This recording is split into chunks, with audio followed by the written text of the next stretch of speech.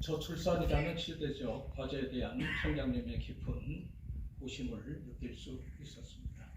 몇 가지 추가 질문을 하도록 하겠습니다. 시범 사업 관련 추가 말씀드리겠습니다. 우리 시범 사업 중에 국공립교사, 민간가정교사 1인당 아동비율수 개선의 정책은 서울시 시범 사업에 서울시 보육 중장기 마스터 플랜에 관한 것이죠.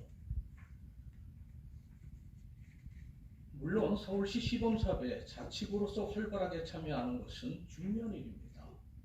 그 과정에서 강서구 실정에 맞는 정책을 발견할 수도 있을 것이라고 생각을 합니다. 그러나 서울시 차원의 정책이나 시범 사업에 의존해서는 구정 질문에서 강조드렸던 강서구만에 특화된 혁신적인 저출산 대책을 마련하기는 어려울 것이라고 생각을 합니다. 이 점을 고려해 주셔서 구비 100%로 운영될 수 있는 정책이나 사업을 주도적으로 발굴해 주시길 당부드리겠습니다. 네, 저희도 그런 정책을 좀 한번 고민을 해보고 의원님들께 고견도 한번 들어가면서 우리 강서구만에 맞는 그런 특정된 그런 정책을 추진해 보는데 노력을 한번 기울여 보겠습니다. 다만 이제 저희로서도 그 예산의 범위라든가 이런 것들이 아무래도 어려움이 좀 최근에 신청사 건립이나 이런 것 때문에 좀 많은 사업을 추진하는 데는 약간 어려움이 좀 있습니다. 그러다 보니까 어떤 사업을 막 확장하고 하는 것이 사실은 좀 어려운 점이 있고, 그럴 때마다 또 특히나 보건복지부의 새로운 이제 그 현금성 지원을 하는 사업 같은 경우에는 보건복지부하고의 사전 협의도 좀 필요한 사항도 같이 고민하면서 추진해 나가도록 하겠습니다. 네, 고맙습니다. 우리가 사실은 강서구에서 지난 몇 년 전까지는 서울시는 그 예산의 과감한 확충과 재배분에 대해서 말씀드리겠습니다. 우리 정책 전문가들은 출산에 직접적인 영향을 주는 가족 지원 예산은 GDP 대비 평균 2.6%까지 늘려야 한다고 주장을 합니다. 보건복지부에 따르면 우리나라의 직접 가족 관련 예산 지출은 2020년 기준 GDP 대비 1.6%로 출산율 반등에 성공한 스웨덴 3.4%입니다.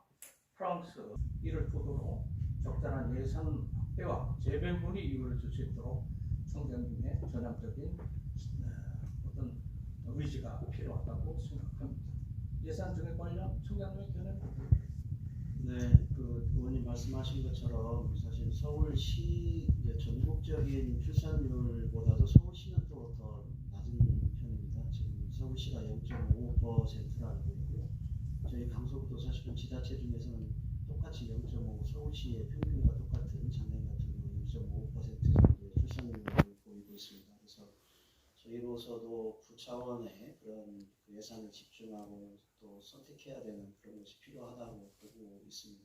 그래서 특히나 이제 그 가정 정책과를 출산 교육과로 우리 의원님들께서 이번에 행정조직 개편안 예산을 통과시켜 주신다면 특히 저출산 대책팀을 중심으로 해서 강서구에 그 흩어져 있는 여러 가지 그 저출산 대책을 컨트롤 타워 역할을 하면서 다양한 정책들을 새롭게 한번 구상해보고 하는 역할을 계속해 나가겠습니다. 소신설 저출산 대책 컨트롤 타워에 대해서 말씀드리도록 하겠습니다. 무엇보다 이번 부서 개편은 조직진단과 분석 결과를 바탕으로 출산을 전면에 내세운 출산보육과의 탄생을 진심으로 환영합니다. 저출산 해결에 전력을 청장 직속 총괄 부서가 아닌 일반 부서인 것은 약간 아쉽긴 합니다.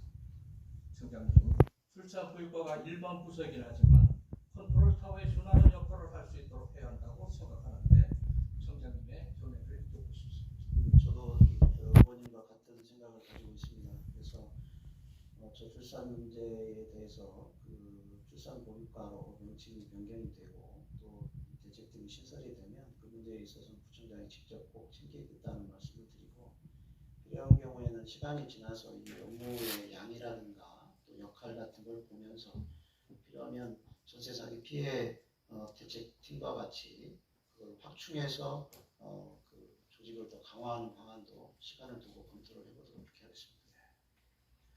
상시적인 보수 운영을 통해서 안정적으로 저출산 정책의 드라이브를 걸 수 있도록 부총장님의 관심과 노력이 필요할 것이라고 생각합니다. 네, 이를 마치도록 하겠습니다. 고맙습니다.